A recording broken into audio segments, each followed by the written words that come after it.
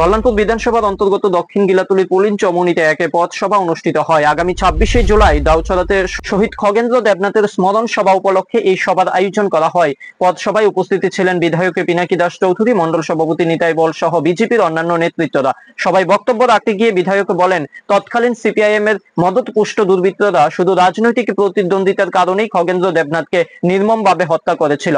তার অপরাধ ছিল তিনি পঞ্চায়েত নির্বাচনে প্রতিদ্বন্দ্বিতা করেছিলেন। তিনি জানান, 2018-তে সরকার প্রতিষ্ঠিত হওয়ার পর থেকে আমরা প্রতি বছর 26শে জুলাই শহীদ খগেন্দ্র দেবনাথের স্মরণে সভা করি। এই ঘটনাকে জনগণের সামনে তুলে ধরতে খগেন্দ্র দেবনাথকে স্মরণ করি, তাই আজকের পথ সভা। আসুন আগামী 26 তারিখে সবাই মিলে দাউচড়ার স্মরণ সভায় উপস্থিত থাকি।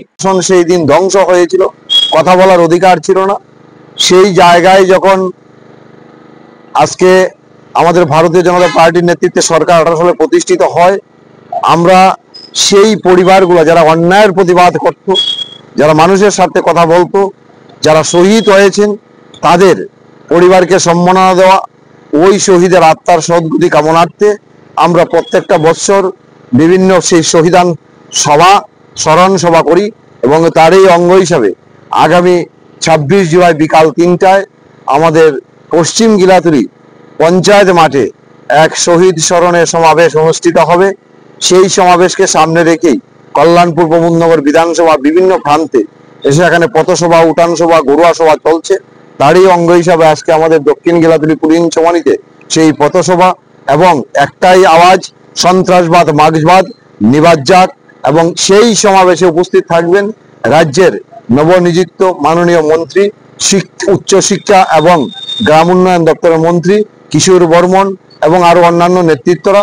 আমার একটাই আহ্বান থাকবে আপনাদের মাধ্যমে, এই বিধানসভার সকল সুনাগরিক বৃন্দ সেই দিন সেই স্মরণ সমাবেশে উপস্থিত হয়ে একটা আওয়াজ সবাই মিলে তুলব, এই সন্ত্রাসবাদ মার্ক্সবাদ নিবাদ যাক, নিবাদ যাক। বিধায়ক এই রাজনৈতিক হত্যাকাণ্ডের তীব্র ধিক্কার জানান এবং বলেন, ত্রিপুরা রাজ্যে আজ উন্নয়নের পথে এগিয়ে চলছে, কিন্তু অতীতের এই রক্তাক্ত ইতিহাস ভুলে যাওয়া চলবে না।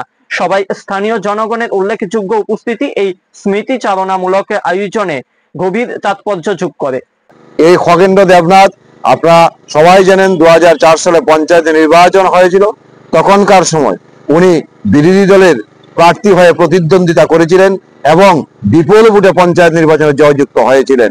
এটাই অপরাধ ছিল, সে বিরোধী দলের নেতা, বিরোধী দলের নির্বাচিত সদস্য, এবং সেই দিন সেই ঘাতক বাহিনী কমিউনিস্ট পার্টির নেতৃত্বে তাকে খুন করা হয় এবং তার সংসারটা সম্পূর্ণ তছনছ করে দেওয়া হয়।